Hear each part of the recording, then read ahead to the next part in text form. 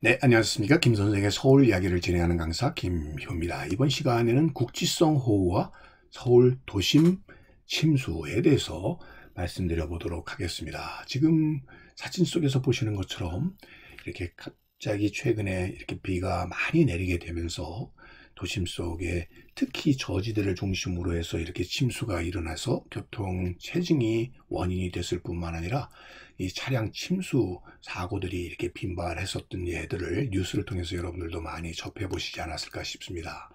원래 이 자연계의 물순환 구조라는 것은 여러분들이 잘 아시다시피 비가 이제 결국 비구름이 응결을 해가지고 비가 내리게 되고 이것이 지하수하해서 강과 바다로 유입이 되게 되었고 다시 이렇게 증발되어 결국 구름으로 이루어지게 되는 이런 선순환 구조의 물순환 구조가 일반적인데 도시화에 따라서 이러한 순환 구조가 무너지게 되었다는 것이죠. 가장 대표적인 예가 도로가 포장되는 것 등이 원인이 되어서 결국 이 표면 유출이 증가하게 되었다는 것이죠. 급작스럽게 그래서 이렇게 강우가 쏟아지게 됐을 때는 도시 홍수가 일어나는 현상이 나타나게 되었다라고 볼 수가 있겠고요.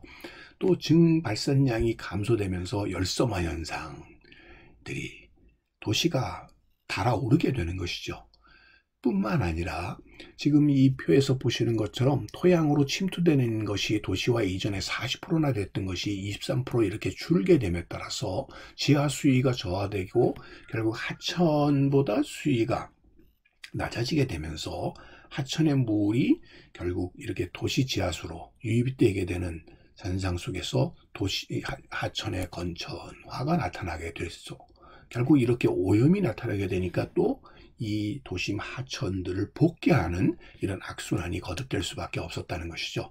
이런 상황 속에서 인공적인 물순환 구조가 나타나게 되니 그것이 바로 하수 관로를 통해서 결국 이런 강제로 하수가 결국 방류될 수 있도록 한강으로 방류될 수 있도록 이러한 구조들이 그렇게 부상하게 되었다라고 보시면 되겠습니다.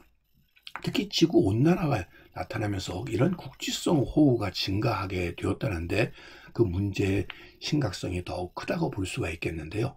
특히 이 콘크리트 열섬 현상들이 나타나면서 도시의 경우는 일조량이 증가하는 하는 가운데 여름에는 수증기가 급격하게 많아지면서 국지성 호우가 빈발하게 되는 상황인 것이죠. 그런데 이런 국지성 호우는 100% 예보가 사실상 불가능하다는 점이 되다 보니까 결국 이에 대비하는 일이 쉽지 않다는 데에 큰 문제점이 있다고 보시면 되겠습니다.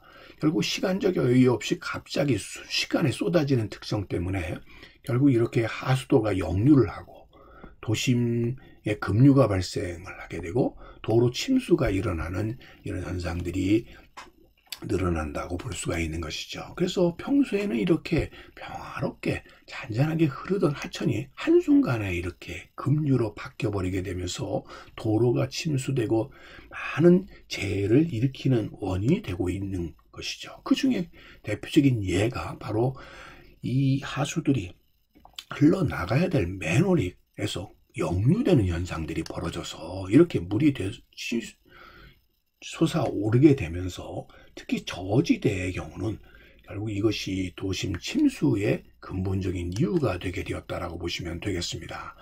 자, 이 지금 서초구의 사당천과 반포천의 예를 보더라도 이 도심 하천들이 이렇게 복개가 되는 상황 속에서 갑자기 내리는 이런 집중 호우를 감당해낼 수가 없는 것이죠. 그러다 보니까 결국 이런 역류 현상들이 벌어지게 되었고 이를 우회할 수 있는 결국 새로운 어떤 터널, 유료 변경 터널들이 시급하게 필요하게 된 이유가 바로 이런 예라고 볼 수가 있겠죠. 그러다 보니까 이런 것에 대한 대비가 없게 되었을 때 갑자기 결국 도심 속에서도 특히 대표적인 예를 들자면 강남 지역의 경우를 보면 강남역이라든지 대치역이라든지 서초동 그 지능아파트 앞이라든지 이런 데가 상대적으로 저지대에 해당되다 보니까 그런 곳들부터 급속도로 이렇게 침수되는 일들이 벌어지게 되었던 것이죠.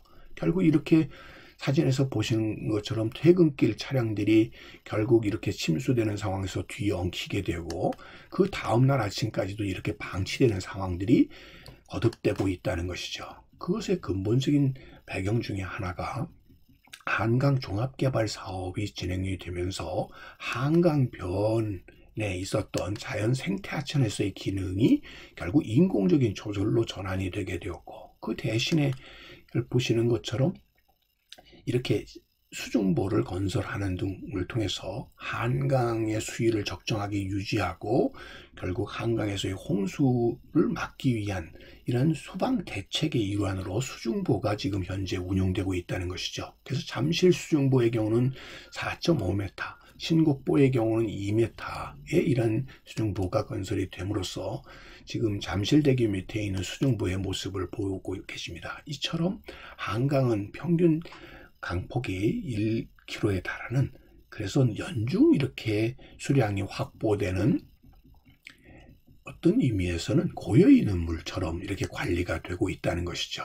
이런 것들과 더불어 결국 한강의 이 서울 주변의 수위를 지켜내기 위해서 한강 속에 많은 댐들이 나타나고, 그 댐들은 주로 홍수 조절 기능을 하고 있다는 것이죠. 가장 가까이 있는 이 팔당댐뿐만 아니라 북한강 수계에서의 소양강댐이라든지 남한강 수계의 충주댐 등이 결국 이 한강의 수위를 조절하는 중요한 기능을 하고 있어서 원래 이 유입량에 따른 방류량이 제대로 결국 한강 수위를 유지하는 쪽으로 운영이 되고 있다는 것이죠. 그래서 소양강댐의 경우는 이 유입량에 비해서 방류량이 충주댐의 경우도 많아지게 되고, 그 대신에 이 가까이 있는 청평댐이나 이 팔당댐의 경우를 보게 되면 유입량에 비해서 방류량을 줄이는 이런 노력을 통해서 한강의 수위를 유지해 오고,